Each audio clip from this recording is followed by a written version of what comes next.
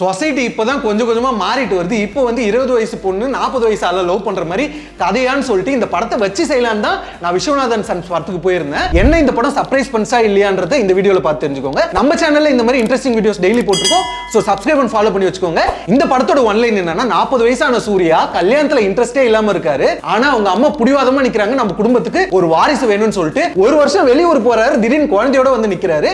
அந்த குழந்தை யாரு?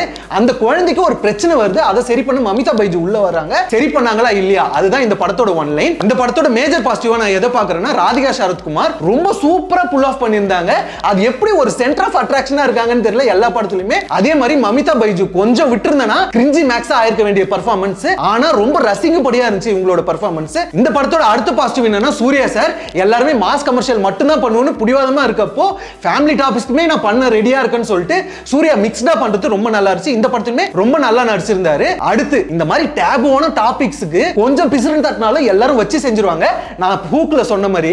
ஆனா அது எங்குமே நம்மள உறுத்தாத வகையில பாத்துக்கிட்டு இந்த படத்தோட டைலாக்ஸ்னு சொல்லலாம். டேய் நான் நேஷனல் அவார்டு வின்னர் டைலாக் ரைட்டரா அப்படின்னு சொல்லிட்டு வெங்கி அட்லூரி வந்து ரொம்பவே நல்ல டைலாக் ரைட் பண்ணியிருந்தாரு. இந்த படத்தோட நான் நெகட்டிவா எதை பாக்குறேன்னா 2 ஃபைட் சீன், ஒரு பாட்டு, செகண்ட் ஹாஃப்ல ஒரு மேரேஜ் போர்ஷன் அப்படியே கட் பண்ணி தூக்கிட்டேன்னா இந்த படம் ரொம்ப நல்லா இருக்க வேண்டிய ஒரு படமா இருந்திருக்கும். ஆவரேஜா போனதுக்கு அந்த கொத்தா அந்த சீன் மட்டும் தான் காரணம்னு சொல்லலாம். நீங்க ஆல்ரெடி படம் பார்த்திருந்தீங்கன்னா உங்க கருத்து கீழே கமெண்ட்ல மென்ஷன் பண்ணுங்க.